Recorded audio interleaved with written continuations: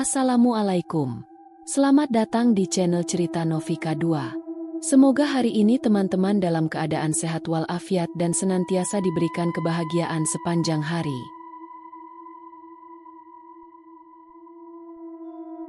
Supar tidak pernah menyangka bahwa pernikahan adiknya, Ningsih, akan mengubah segalanya. Pernikahan itu berlangsung di sebuah desa terpencil bernama Sendang Sari, di kaki Gunung Kunci, tempat yang bahkan di peta digital nyaris tidak terlihat jelas. Ningsih menikah dengan seorang pria bernama Hamid, yang dikenalnya dalam waktu singkat namun penuh misteri. Acara pernikahan itu diadakan secara tertutup. Hanya keluarga inti dan beberapa orang terdekat yang diundang. Bahkan undangan pernikahan itu tampak kuno, tertulis di atas kertas tebal berwarna kuning pudar, dengan aksara yang terasa asing. Supar awalnya mengira itu bagian dari tradisi desa, namun firasat buruknya mulai muncul ketika mereka tiba di Sendang Sari. Desa itu dikelilingi hutan lebat dan jalan berbatu yang hanya bisa diakses oleh kendaraan roda 2 atau berjalan kaki. Supar mengingat jelas rasa merinding yang menjalar di kulitnya ketika mereka melintasi gerbang kayu tua dengan ukiran simbol-simbol aneh. Penduduk desa jarang terlihat, dan mereka yang tampak dari kejauhan hanya memandang dari balik jendela tanpa senyum atau sapaan. Rumah tempat pernikahan berlangsung berdiri megah namun kusam di tengah desa. Atapnya runcing menjulang, dindingnya dilapisi lumut tebal seakan ditinggalkan oleh waktu. Ketika mereka memasuki halaman, suara angin berdesir lembut, membawa bisikan yang tidak dimengerti oleh siapapun. Ningsih tampak bahagia, namun ada sesuatu yang berbeda. Senyumnya seakan dipaksakan, dan matanya kosong ketika ia menatap Supar. Pernikahan berlangsung singkat, dengan ritual yang tidak pernah Supar lihat sebelumnya. Para tamu mengenakan pakaian serba hitam, dan di akhir acara, Ningsih dan Hamid berjalan menuju hutan diiringi oleh suara tabuhan yang menggetarkan hati. Setelah itu, mereka menghilang, dan pesta pun usai tanpa jejak. Sejak hari itu, Ningsih tidak pernah lagi terlihat. Tidak ada unggahan di media sosial, panggilan telepon yang tidak pernah dijawab, dan pesan yang tak berbalas. Ibu mereka hanya bisa menangis dalam diam, dan Supar merasa kehilangan arah. Hingga suatu hari, sebuah surat tiba di depan pintu rumahnya. Surat itu tertulis dengan tinta hitam yang seakan baru mengering, dan tercium aroma basah dari tanah. Ketika Supar membuka surat itu, ia mengenali tulisan tangan Ningsih. "Kak, tolong jemput aku di Sendang Sari. Jangan datang sendirian. Jangan malam hari. Jangan percaya siapapun di sana." Surat itu berhenti di sana, tanpa tanda tangan atau penjelasan lebih lanjut. Supar merasakan bulu kuduknya berdiri. Peringatan di dalam surat itu menggantung di pikirannya, berputar-putar seperti gema yang tak kunjung padam. Supar menatap surat itu sekali lagi sebelum melipatnya dengan hati-hati. Ia tahu, untuk menemukan Ningsih, ia harus kembali ke Sendang Sari. Namun, kali ini, ia tidak akan datang sendirian. Kabut pagi masih menggantung tebal di udara ketika Supar memulai perjalanannya. Surat dari Ningsih yang ia temukan di kotak surat seminggu lalu kini terlipat rapi di saku jaketnya. Tulisan tangan adiknya yang halus dan rapat masih terbayang jelas di benaknya, terlebih kalimat terakhir yang terus bergema dalam pikirannya. "Datanglah sebelum terlambat, Mas. Mereka tidak suka jika kita terlalu lama di luar." Supar tidak paham siapa mereka yang dimaksud Ningsih, namun firasat buruk menggelayuti hatinya. Tak ada jawaban dari telepon, tidak juga balasan dari pesan-pesan yang ia kirimkan. Ibu mereka hanya bisa terisak setiap kali Supar mencoba membahas hal itu, seolah ada sesuatu yang tidak boleh diungkapkan. Hanya satu nama yang diucapkan berulang kali oleh sang ibu, Sendang Sari. Sendang Sari, sebuah nama yang asing dan nyaris tidak terdengar. Bahkan ketika ia mencarinya di peta digital, tidak ada satupun petunjuk mengenai lokasi desa itu. Supar akhirnya mendapatkan informasi samar dari seorang tukang ojek di terminal kecil di pinggir kota. "Mas mau ke Sendang Sari? Desa itu udah lama kosong, Mas," kata orang-orang. "Cuma ada angin sama pohon tua di sana." Tukang ojek itu memperingatkan sambil menyalakan rokok.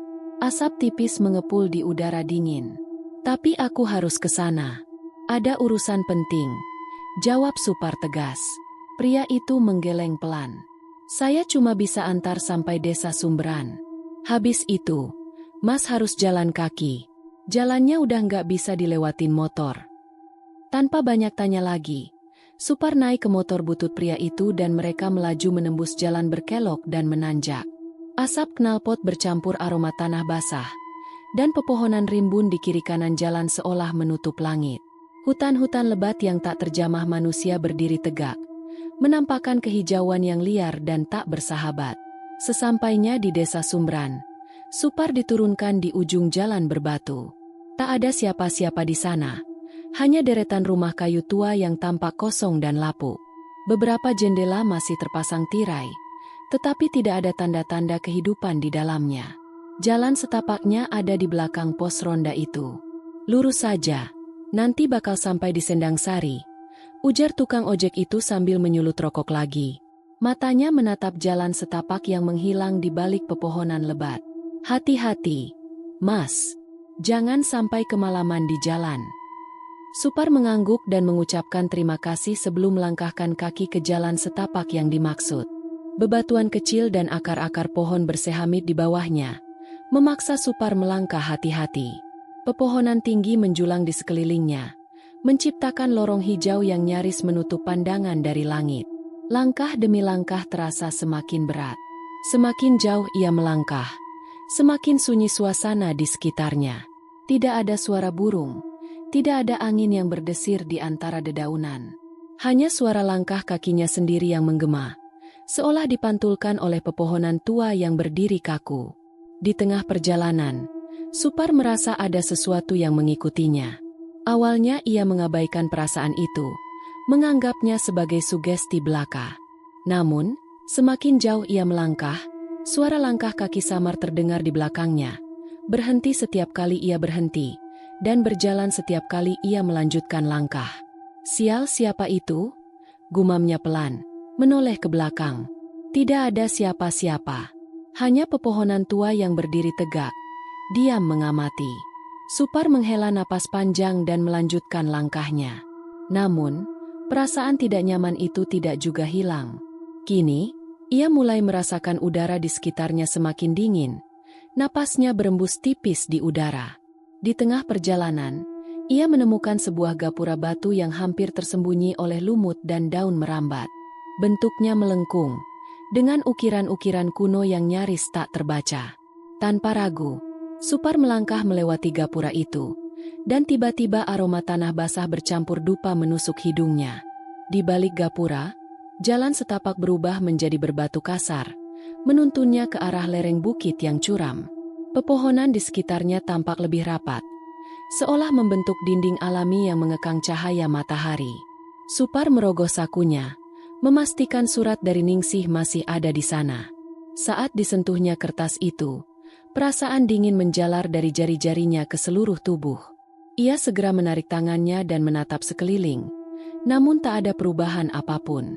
Langkahnya semakin berat, tetapi suara langkah kaki di belakangnya juga semakin nyata. Kali ini, ia tidak hanya mendengar, tetapi juga merasakan getaran samar di tanah setiap kali langkah itu bergema. "Hei, siapa di sana?" serunya lantang. Suaranya memantul di pepohonan yang berdiri bisu. Tidak ada jawaban. Supar menghela napas dalam-dalam dan mempercepat langkahnya. Entah mengapa, ia merasa harus segera sampai di Sendang Sari sebelum malam tiba. Langit di atas pepohonan tampak memudar, seolah senja datang lebih cepat dari seharusnya. Akhirnya, setelah hampir 2 jam berjalan tanpa henti, Supar melihatnya. Sebuah gerbang besar dari kayu, dihiasi ukiran-ukiran tua yang rumit. Papan di atasnya bertuliskan Sendang Sari, dengan huruf-huruf yang hampir pudar dimakan waktu. Gerbang itu tampak kokoh, tetapi tidak ada seorang pun di sana untuk menjaganya. Dengan napas terengah-engah, Supar berdiri di depan gerbang itu, memandangi desa yang terbentang di depannya. Rumah-rumah tua berdiri rapat. Beberapa di antaranya sudah roboh dan ditumbuhi lumut. Jalanan berbatu yang menghubungkan tiap rumah tampak kosong. Tidak ada jejak manusia. Hanya angin yang berdesir pelan, membawa aroma lembab dan dedaunan basah. "Ningsih." bisiknya pelan. Supar menelan ludah, merasa seolah baru saja melewati batas antara kenyataan dan sesuatu yang lebih kelam. Ia melangkah masuk ke Sendang Sari, dengan perasaan tidak menentu, seakan setiap langkah yang diambilnya semakin menjauhkan diri dari dunia luar. Supar berdiri mematung di depan gerbang Sendang Sari. Aroma lembab dari kayu lapuk dan dedaunan basah menyeruak, bercampur dengan embusan angin dingin yang menyusup sampai ke tulang. Jalan berbatu yang terbentang di depannya seolah menantang untuk dilalui. Di kedua sisinya, rumah-rumah tua berdiri bisu, jendela-jendela kayu tertutup rapat, dan pintu-pintu yang setengah terbuka memamerkan kegelapan yang pekat di dalamnya. Langkah pertama yang diambilnya seolah meruntuhkan keheningan itu. Batu kerikil berderak di bawah sepatunya, menggema pelan di sepanjang jalan. Supar memperhatikan sekeliling, mencari tanda-tanda kehidupan. Namun, Sendang Sari tampak seolah ditinggalkan oleh waktu. Tak ada seorang pun di sana, tidak ada suara, bahkan burung pun seolah enggan melintasi langit di atasnya. Baru beberapa langkah ia berjalan, tiba-tiba dari balik kabut tebal yang melayang rendah, sosok itu muncul. Supar tersentak, tangannya refleks meraih saku jaketnya, memegang surat dari Ningsih yang masih terlipat rapi. Sosok itu melangkah pelan ke arahnya. Gaun putih lusuh berkibar di terpa angin. Wajahnya pucat, matanya cekung, namun tak salah lagi, itu Ningsih. "Mas!" Suaranya parau, seperti sudah lama tidak berbicara. "Ningsih, ya Tuhan, kamu di sini." Supar segera berlari menghampiri, memeluk adiknya erat. Ningsih diam, tidak membalas pelukan itu, hanya berdiri kaku. "Kita harus pergi," bisiknya pelan, hampir tak terdengar. Supar melepas pelukannya, menatap wajah Ningsih yang tampak berbeda. Wajah yang dulu ceria itu kini tampak suram, seolah diselimuti kabut yang sama dengan desa ini. Rambutnya kusut, matanya kosong, dan kulitnya pucat seperti tidak pernah terkena sinar matahari. "Pergi? Kemana? Kenapa kamu tidak menjawab teleponku? Kenapa kamu menghilang begitu saja setelah menikah?" Tanya Supar bertubi-tubi. Ningsih hanya menggeleng pelan. "Nanti aku jelaskan, tapi bukan di sini. Ayo, Mas, kita harus pergi sebelum malam tiba." Supar menatapnya bingung.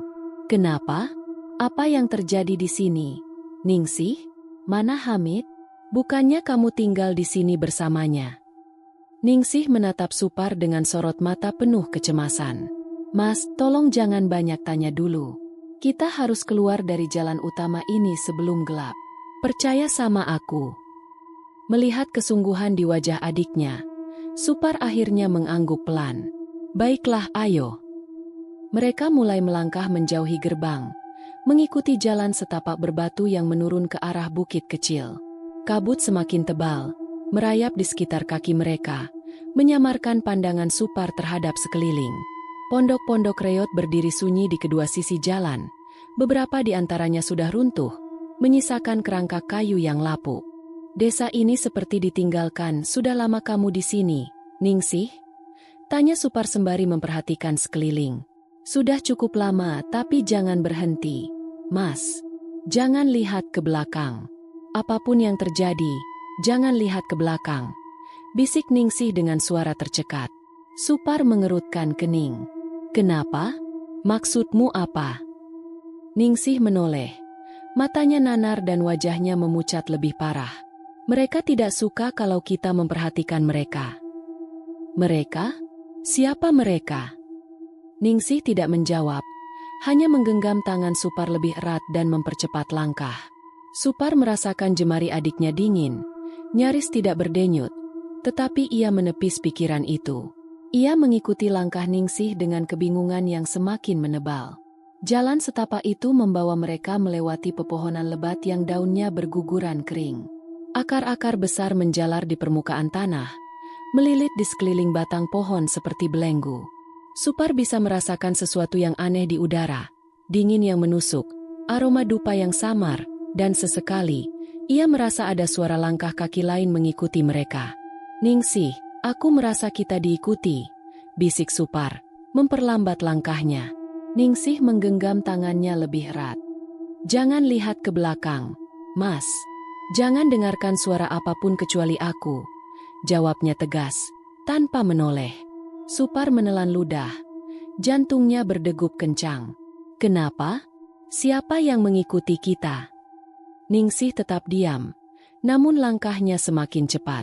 Kabut di sekitar mereka semakin tebal, hingga Supar nyaris tidak bisa melihat lebih dari 2 meter ke depan. Pohon-pohon seolah menutup rapat jalan itu, membentuk lorong alami yang mencekam.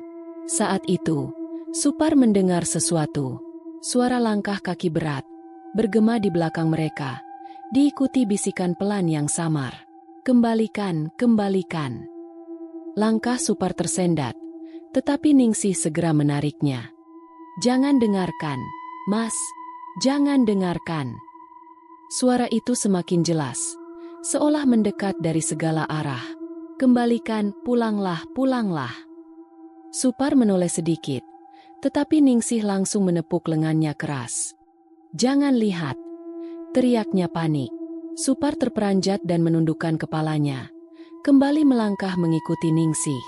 Nafasnya memburu, dadanya sesak, tetapi ia menuruti peringatan adiknya. Langkah mereka semakin cepat, dan suara di belakang perlahan meredup, meski masih samar terdengar di antara desir angin. Kita hampir sampai, bisik Ningsih dengan napas terengah. Hampir sampai kemana? Ningsih menoleh sejenak, matanya memandang Supar dengan sorot ketakutan yang dalam. Ke tempat yang aman setidaknya sampai malam lewat. Supar tidak bertanya lagi. Langkah mereka terus melaju di tengah jalan setapak yang kini berubah menjadi lebih sempit dan terjal. Di kejauhan, samar-samar tampak sebuah pondok kecil yang tersembunyi di balik pepohonan besar. Cahaya remang-remang dari jendela kecilnya berkedip pelan, seolah menanti kedatangan mereka. Ningsih berhenti di depan pintu kayu itu, menghela napas panjang, lalu menoleh pada Supar. Mas, jangan tanya apa-apa sampai kita di dalam, ya? Supar mengangguk meski hatinya penuh dengan pertanyaan. Ningsih membuka pintu itu perlahan, mengajak Supar masuk. Begitu mereka melangkah ke dalam, suara bisikan di luar langsung lenyap, digantikan oleh keheningan yang menusuk.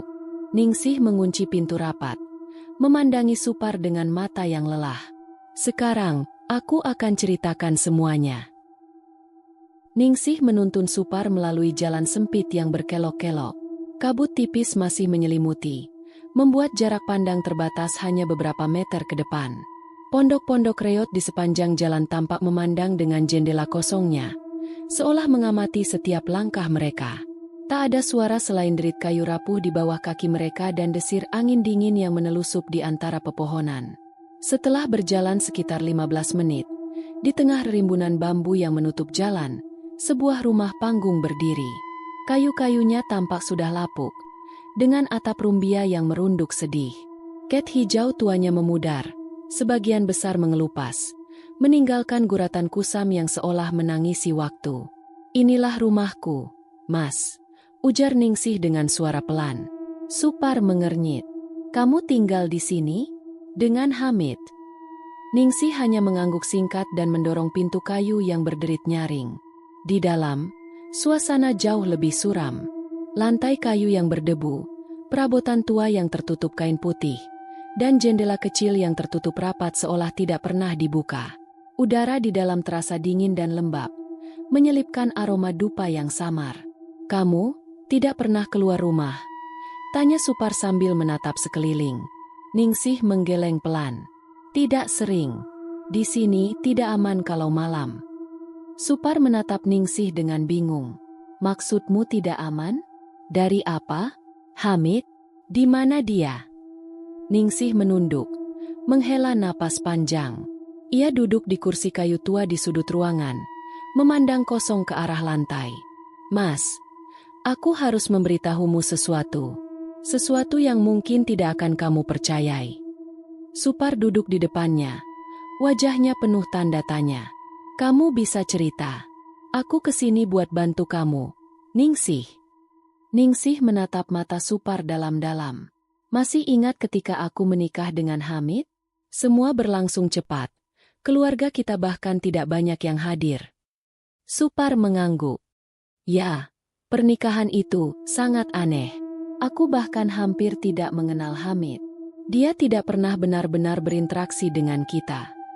Ningsih tersenyum pahit. Itu karena dia bukan manusia, Mas. Kata-kata itu menggantung di udara, memenuhi ruangan dengan kehampaan yang menyesakan. Supar tertawa kaku. Ningsih, ini bukan waktunya bercanda. Maksudmu apa? Hamid bukan manusia. Ningsih menggenggam tangannya erat. Begitu dingin hingga Supar bisa merasakannya. Aku tidak bercanda, Mas. Hamid dan hampir seluruh penduduk di Sendangsari bukanlah manusia. Mereka makhluk dari dunia lain. Makhluk yang sudah lama menetap di sini, jauh sebelum desa ini dibangun. Supar menatap adiknya, menunggu tanda bahwa ini semua lelucon, tapi wajah Ningsih tetap serius. Matanya berkaca-kaca, menyiratkan ketakutan yang tak bisa disembunyikan.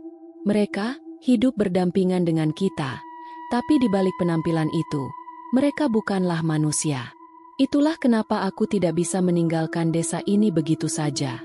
Aku terikat dengan mereka. Terikat? Maksudmu apa? Ningsih berdiri dari duduknya, berjalan menuju sebuah lemari tua di sudut ruangan.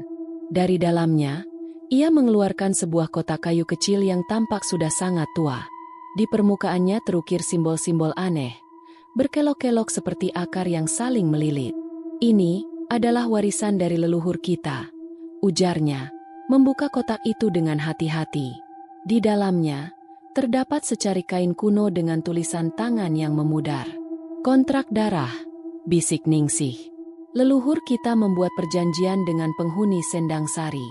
Mereka menjanjikan kemakmuran dan perlindungan dari bencana alam, tapi dengan satu syarat, setiap beberapa generasi, seorang perempuan dari garis keturunan kita harus dipersembahkan.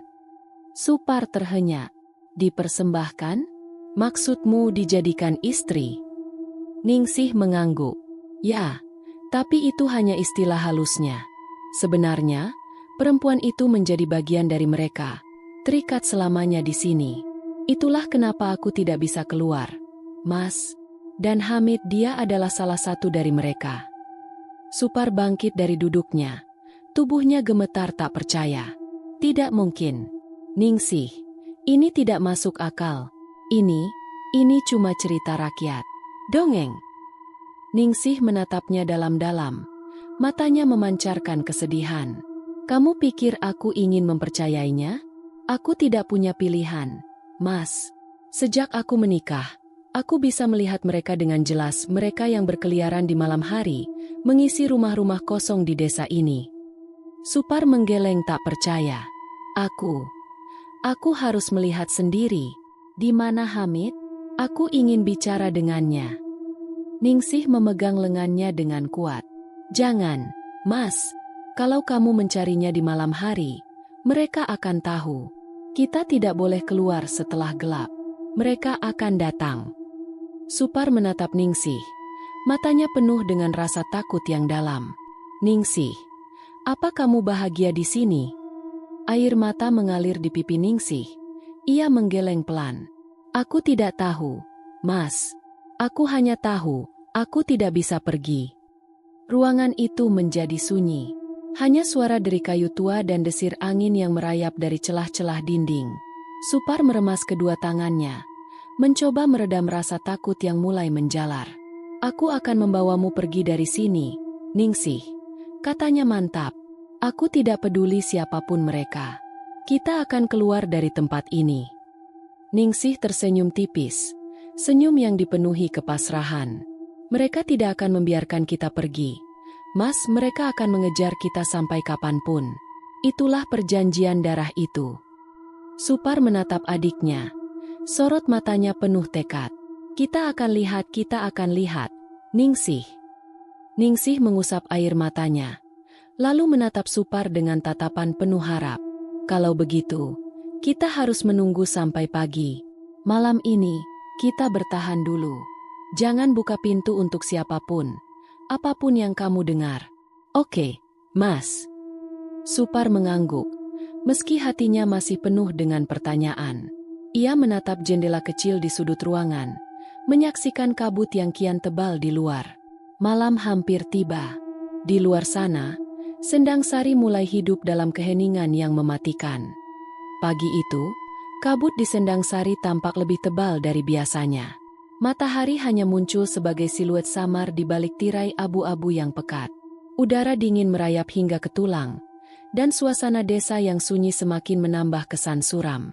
Ningsih sudah bersiap di ruang depan ketika Supar bangun. Matanya tampak cekung, wajahnya pucat. "Mas, kita harus pergi sekarang," ucapnya pelan. Supar masih sedikit bingung. "Pergi kemana?" Ningsih menatapnya lekat-lekat. "Ke rumah Mbah Darmi. Dia satu-satunya orang di sini yang bisa membantu kita." Supar mengernyit. "Siapa Mbah Darmi?" "Penjaga batas dua alam," jawab Ningsih singkat. "Dialah yang menjaga keseimbangan di desa ini, orang yang tahu segala hal tentang Sendang Sari." Tanpa banyak bertanya lagi, Supar mengenakan jaketnya dan mengikuti Ningsih keluar dari rumah panggung. Mereka menyusuri jalan setapak yang dibatasi pepohonan besar dan tanaman merambat yang menjulur liar. Hutan di sekeliling mereka terasa senyap, seolah-olah menahan napas. Langkah mereka terhenti di sebuah persimpangan kecil yang diselimuti kabut tebal. Di depan mereka, sebuah rumah kayu sederhana berdiri sendirian, tersembunyi di antara rimbunan bambu tua. Dindingnya berlumut dan atapnya miring, seperti menanggung beban usia yang panjang. "Itu rumah Mbah Darmi," bisik Ningsih. Supar menelan ludah. Ada sesuatu yang janggal dari rumah itu. Bambu-bambu di sekitarnya berdesir pelan, seolah berbisik dalam bahasa yang tak dimengerti. Mereka melangkah mendekat, lalu mengetuk pintu perlahan. Tak lama kemudian, terdengar suara tua yang berat dari dalam. "Masuklah, aku sudah menunggu." Pintu kayu itu terbuka perlahan, berderit nyaring. Di dalam, aroma dupa bercampur bau tanah lembab memenuhi udara. Ruangan itu gelap, hanya diterangi oleh beberapa lilin kecil yang berkedip-kedip. Di tengah ruangan, seorang perempuan tua duduk bersila di atas tikar anyaman. Rambutnya panjang memutih, matanya redup namun tajam, dan di wajahnya terdapat kerutan yang tampak seperti peta kehidupan yang panjang. "Kamu pasti Supar," ucap Mbah Darmi tanpa menoleh. Suaranya rendah namun penuh wibawa. Supar tersentak. "Bagaimana Mbah tahu nama saya?" Perempuan tua itu hanya tersenyum tipis. Sendang Sari selalu berbisik pada mereka yang mau mendengar. Ningsih memberi isyarat pada Supar untuk duduk di hadapan Mbah Darmi. Setelah mereka duduk bersila, Mbah Darmi memejamkan mata. Tangannya meraba-raba sehelai kain lusuh yang berada di pangkuannya. "Kamu datang untuk menyelamatkan adikmu," gumamnya pelan. Supar menelan ludah. "Iya, Mbah. Saya ingin membawa Ningsih keluar dari sini." Mbah Darmi membuka matanya perlahan. "Itu tidak mudah, Nak. Kamu sedang menantang perjanjian lama yang diikat oleh darah leluhurmu. Sendang Sari tidak akan melepaskan apa yang telah menjadi miliknya." Supar menatap Ningsih yang duduk dengan wajah penuh kecemasan. "Lalu, bagaimana caranya? Apa ada cara untuk memutuskan semua ini?" Perempuan tua itu mengangguk pelan. "Ada, tapi berbahaya. Ikatan antara Ningsih dan Hamid bukan sekadar pernikahan. Itu adalah ikatan jiwa, pengikat antara dunia manusia dan dunia mereka. Untuk memutuskannya, kau harus memanggilnya, memaksa dia untuk hadir di tengah lingkaran pemisah." "Lingkaran pemisah?" tanya Supar bingung. Mbah Darmi bangkit perlahan. Tubuh tuanya tampak ringkih namun kokoh. Dia mengambil sesuatu dari dalam peti kayu tua di sudut ruangan. Sebuah kain kuning yang sudah usang dan seikat dupa putih. "Ini," ujarnya sambil menyerahkan benda itu pada Supar. "Kain kuning ini akan menjadi pembatas antara dunia mereka dan kita. Dupa putih ini akan memanggilnya. Tapi ingat, ritual ini harus dilakukan tepat tengah malam saat bulan penuh. Saat itulah batas antara alam kita dan mereka paling lemah." Ningsih menggenggam lengan Supar. Matanya bergetar takut. "Mbah, apa itu tidak berbahaya? Bagaimana kalau Hamid marah?" Mbah Darmi tersenyum tipis. Dia akan marah pasti. Tapi jika kau tidak melakukannya, selamanya kau akan terperangkap di sini, menjadi milik mereka. Apakah itu yang kau inginkan? Ningsih menggeleng dengan air mata mengalir. Tidak, aku ingin pulang. Aku ingin pulang, Embah. Embah Darmi menatapnya lembut. Kalau begitu, kalian harus bersiap. Tengah malam ini, kalian akan memanggil Hamid di persimpangan tua di tepi Sendang Sari. Letakkan kain kuning ini di sekelilingmu dan bakar dupa putihnya.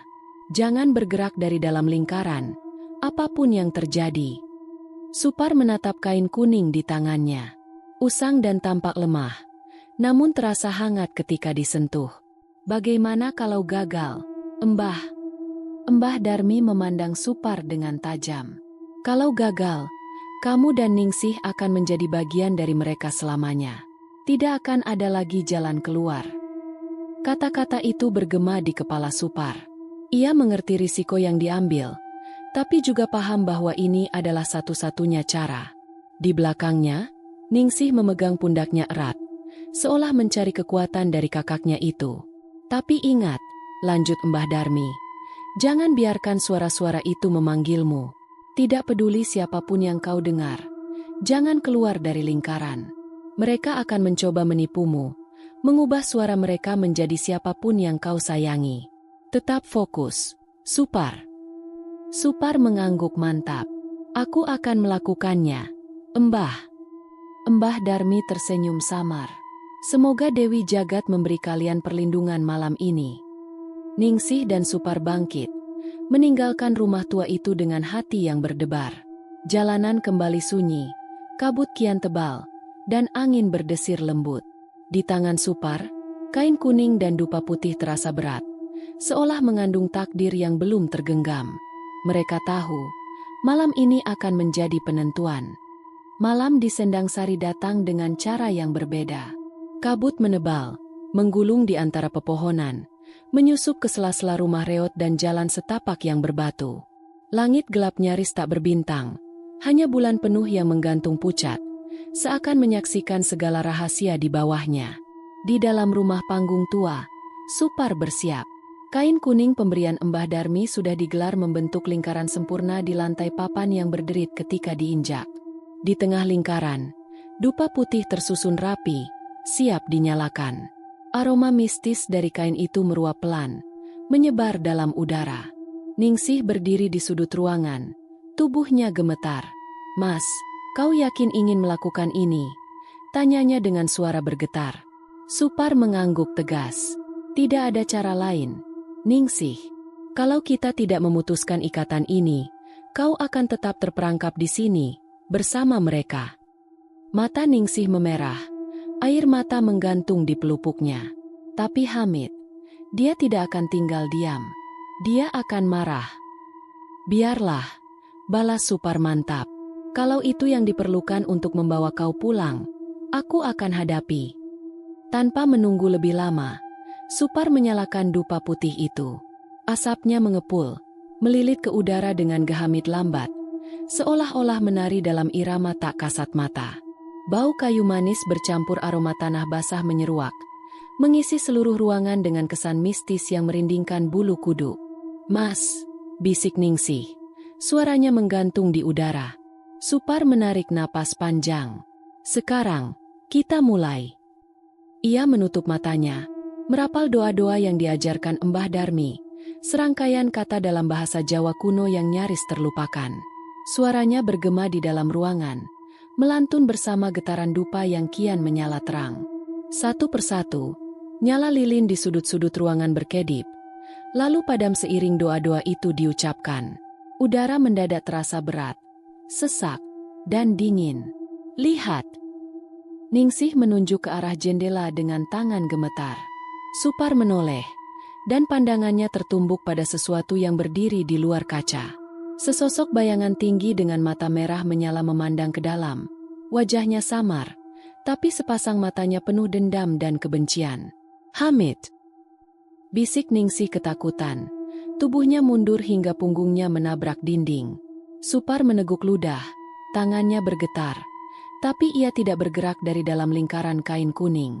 Mbah Darmi sudah memperingatkan, jangan keluar dari lingkaran, apapun yang terjadi.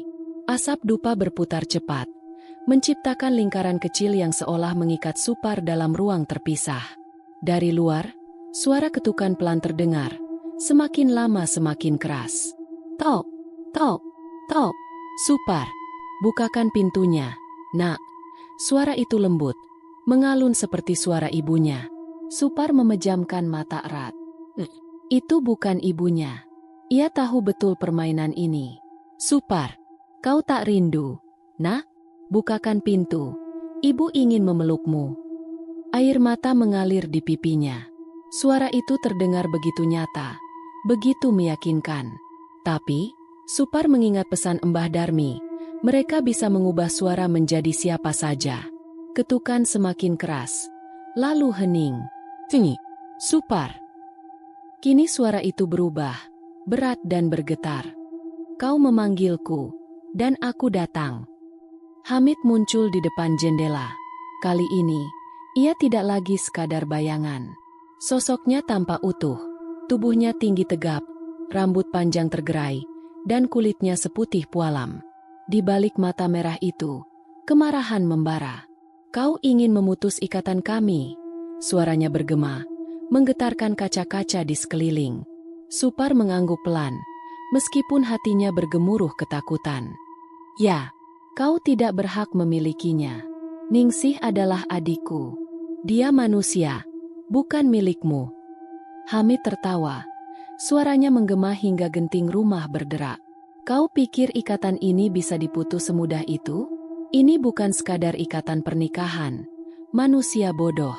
Ini adalah pengorbanan, pembayaran utang leluhurmu. Ningsih menggigil di sudut. Wajahnya pucat pasi. Tidak, aku tidak mau. Aku ingin pulang. Hamid menatapnya tajam. Pulang? Tidak ada jalan pulang. Ningsih, kau milikku, dan kau akan tetap di sini selamanya. Supar menggenggam dupa putih yang menyala di hadapannya. Asapnya menari semakin cepat. Lingkaran kain kuning bergetar. Kau tidak bisa memaksanya. Hamid, ikatan ini bisa diputus. Aku akan memanggilmu, dan kau akan melepaskannya. Hamid tertawa sinis. Buktikan padaku. Jika Ningsih sendiri mau melepaskan ikatan ini, maka aku akan pergi. Ningsih terisak. Bagaimana caranya? Mas, bagaimana cara melepaskan ikatan itu? Mbah Darmi pernah berbisik pelan ketika mereka akan pulang dari gubuknya. Kalung itu, kalung pemberian Hamid, itu simbol ikatan mereka. Hancurkan, dan dia akan bebas. Supar menoleh pada Ningsih. Kalungmu, lepaskan kalung itu. Ningsih meraba lehernya. Di sana tergantung kalung hitam dengan batu merah berkilau. Ini? Tapi ini tidak bisa dilepas. Mas, sudah terkunci sejak malam pernikahan. Hamid tersenyum puas. Kau lihat? Dia milikku. Supar tidak menyerah. Ia meraih dupa dan melemparkannya ke arah Ningsih. Bakar. Hancurkan kalung itu di atas api dupa.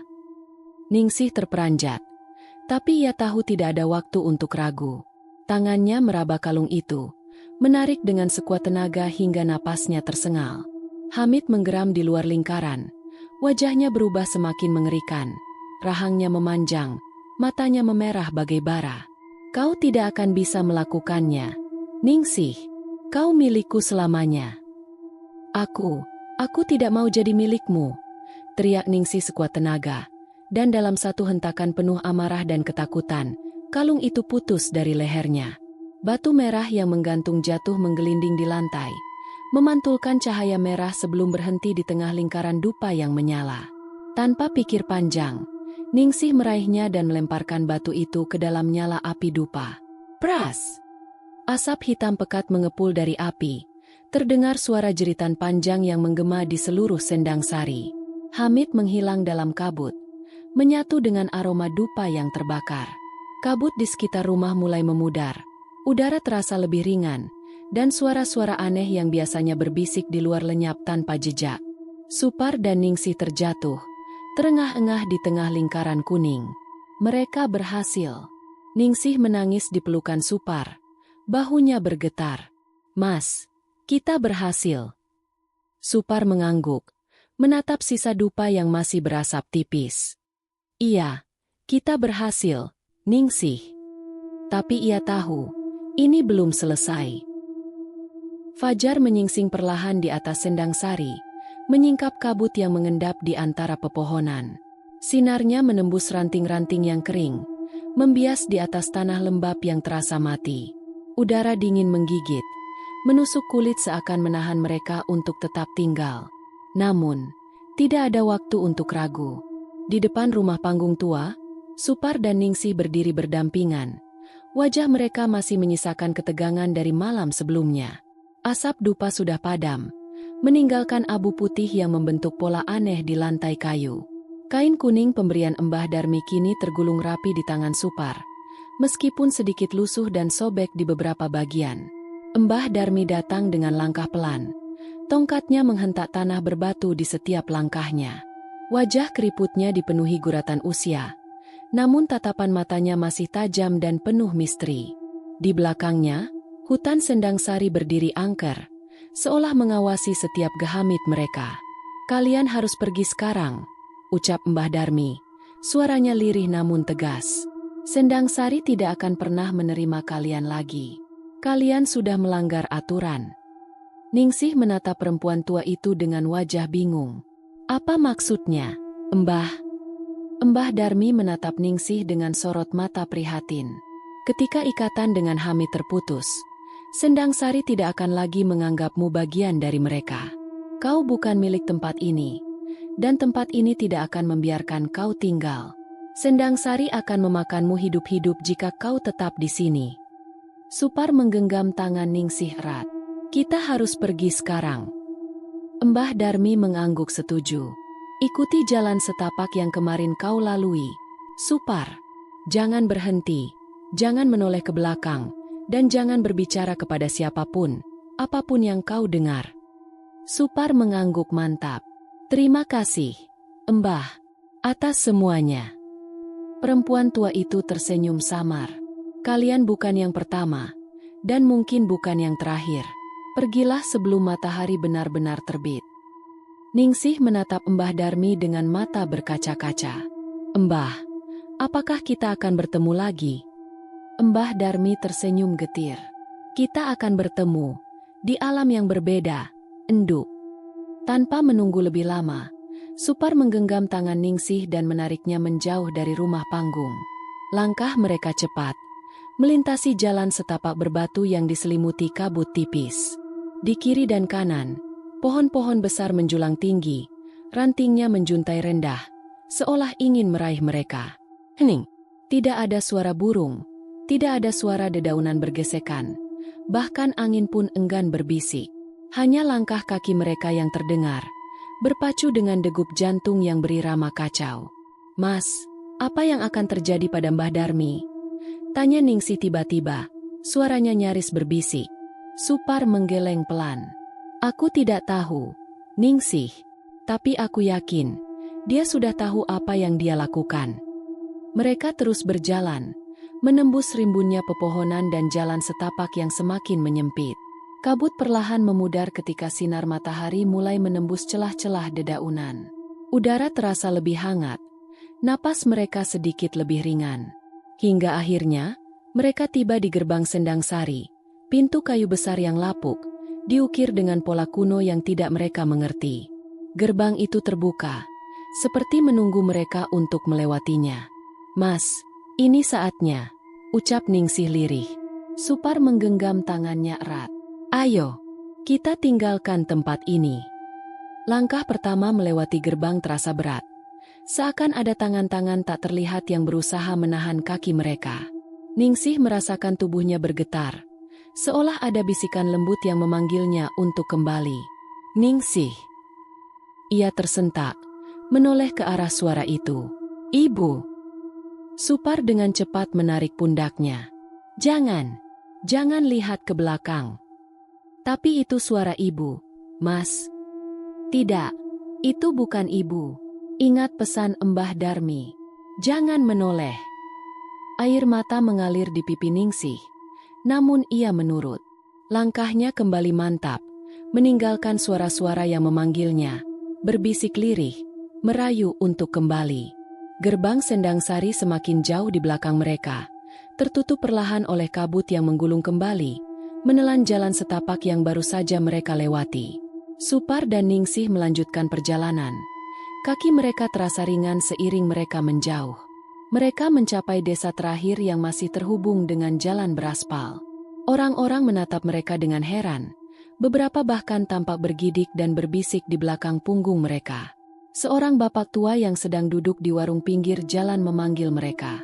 "Dik, dari mana? Kok kelihatan capek banget?" Supar menatap bapak tua itu sejenak sebelum menjawab. "Dari Sendang Sari, Pak." Mata bapak itu terbelalak. Wajahnya berubah pucat. "Sendang Sari? Nak, Sendang Sari itu sudah lama tidak berpenghuni. Sejak tahun 1987. Ningsih menoleh pada Supar. Matanya melebar penuh kebingungan. "Mas, apa maksudnya?" Supar hanya terdiam, pikirannya berputar, mencoba mencerna ucapan itu. Tapi tubuh mereka tidak bisa berhenti. Mereka harus melanjutkan perjalanan pulang, meninggalkan misteri Sendang Sari di belakang. Langkah demi langkah, mereka akhirnya tiba di halte bus kecil yang akan membawa mereka kembali ke kota. Matahari sudah tinggi, dan jalanan desa mulai ramai oleh aktivitas pagi. Ketika bus datang, Ningsih menoleh sekali lagi ke arah jalan setapak tempat mereka datang. Kabut tipis masih terlihat di sana, bergulung lembut seolah melambai pada mereka. "Mas, semua ini nyata, kan?" bisiknya pelan. Supar menggenggam tangannya erat. "Nyata atau tidak, yang penting sekarang kita selamat." Mereka naik ke dalam bus, duduk di kursi belakang, dan membiarkan roda membawa mereka menjauh. Supar menatap jendela, memandang kabut yang perlahan hilang dari pandangan. Di dalam hatinya, ia tahu, Sendang Sari tidak akan pernah benar-benar hilang. Desa itu tetap ada, tersembunyi di balik kabut tebal dan rimbunnya hutan. Menunggu, menanti mereka yang berani datang mencari rahasianya. Dan di luar jendela bus, di antara kabut yang bergulung pelan, Supar sempat melihat sekilas. Sesosok perempuan tua berdiri di tepi jalan, tersenyum padanya. "Mbah Darmi." Supar mengerjap, tapi sosok itu sudah menghilang bersama debu dan hembusan angin. Sendang Sari tetap menyimpan rahasianya.